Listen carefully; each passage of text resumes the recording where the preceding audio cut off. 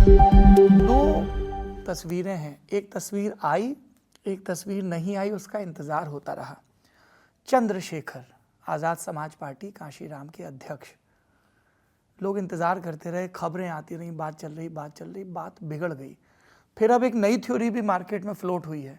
कहा गया कि पीछे से अभी भी अखिलेश सपोर्ट कर रहे हैं और इसीलिए गोरखपुर लड़ने को भेजा है कि बसपा के कोर वोट में जितनी डेंट हो जाए चंद्रशेखर को आगे रख के। क्या है सत्य? नहीं, इस तरह की राजनीति मैं नहीं करता हूँ कि सामने कुछ और पीछे कुछ और।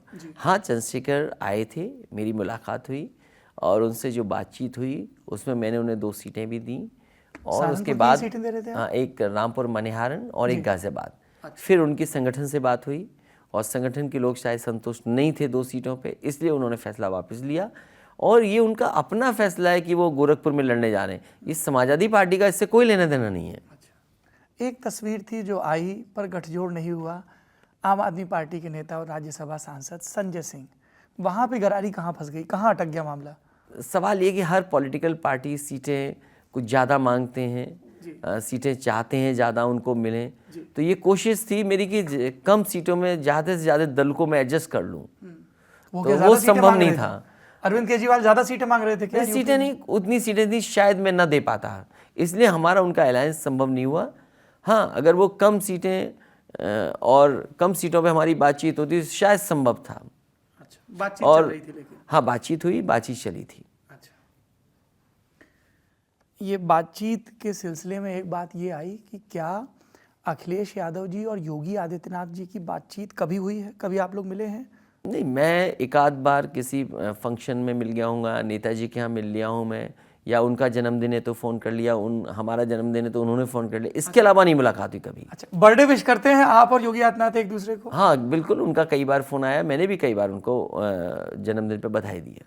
सिर्फ औपचारिक बातें होती हैं? बिल्कुल। अच्छा, लोगों ने कहा वो तस्वीर दिखा के कि जब वो नेताजी से मिलने आए थे, आप भी थे, शिवपाल जी भी थे, तब क्या बातचीत हुई? देखिए, क्योंकि नेताजी पुराने ख्याल के हैं और पुरानी पॉलिटिकल परंपराएं, ट्रेडिशन को फॉलो करते हैं। हाँ। मुझे उन्होंने फ़ोन किया, नेताजी ने, वहाँ नेताजी घर से फ़ोन आया कि मुख्यमंत्री जी उनके घर आ रहे हैं, उनका हालचाल देखने। तो नेता ने कहा आपको रहना है, आप आइए। तो स्वाभाविक है, जब नेताजी ने कहा तो मैं घर पहुँचा, क्योंकि नेताजी पुराने तरीके के चीज़ों को मानते हैं, उन पॉलिटिकल परंपराओं को। लेकिन आज के ज़माने में शायद नेताजी उन बातों को नहीं समझते होंगे कि एक फोटोग्राफ का मायने क्या है, एक फ़ोटो किस तरीके से देखी जाएगी। तो कभी कांग्रेस कुछ कहती है, बीजेपी कुछ कहती है। पिछले दिनों के एक फंक्शन की फोटो वायरल हुई जिसमें नेताजी भी बैठे हैं और मोहन भागवत जी भी बैठे हैं। जिस तस्वीर में मोहन भागवत और नेताजी बैठे हैं वो किसी की शादी के कार्यक्रम थी, वो वाइस प्रेसिडेंट, उनके परिवार में शादी थी, उस कार्यक्रम में शामिल नेताजी होने गए। कांग्रेस पार्टी ने वो तस्वीर सबसे पहले ट्वीट की और उसके बाद बीजेपी ने भी ट्वीट की।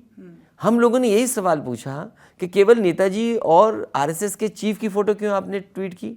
उस फंक्शन में और पॉलिटिकल पार्टीज के भी लीडर्स थे, नेताजी शरद पवार जी से भी मिले, नेताजी सुप्रिया सुले जी से भी मिले, और लोगों की भी तस्वीर देखी फेसबुक पे या ट्विटर पे आई। तो उन तस्वीरों को क्यों कांग्रेस और बीजेपी ने ट्वीट नहीं की? क्योंकि उससे वो पॉलिटिकल मैसेज देना चाहते थे।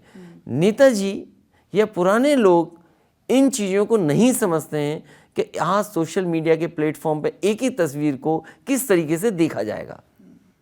और इसीलिए आप देखते होंगे कि जब मुख्यमंत्री जी घर आए नेताजी का हालचाल लेने, तो देखते हैं वो तस्वीर कई बार आती है। अगली बार हमने तय किया अच्छा कि अगर कोई भारतीय जनता पार्टी का आए वहाँ, तो नेताजी के यहाँ एक सदस्यता का फॉर्म रखवा दिया है कि जो आए उसको पहले समाजवादी पार्टी का सदस्य बना दो। और जब से फॉर्म रखवाया है, कोई भारतीय जनता पार्टी का नेता से मिलने नहीं जा रहा। अच्छा, मतलब मुलायम सिंह जी से मिलना है तो पहले सपा की सदस्यता लो। स्वाभाविक है, क्योंकि तस्वीर का आप इस्तेमाल करते हैं किसी को पॉलिटिकली डैमेज करने के लिए।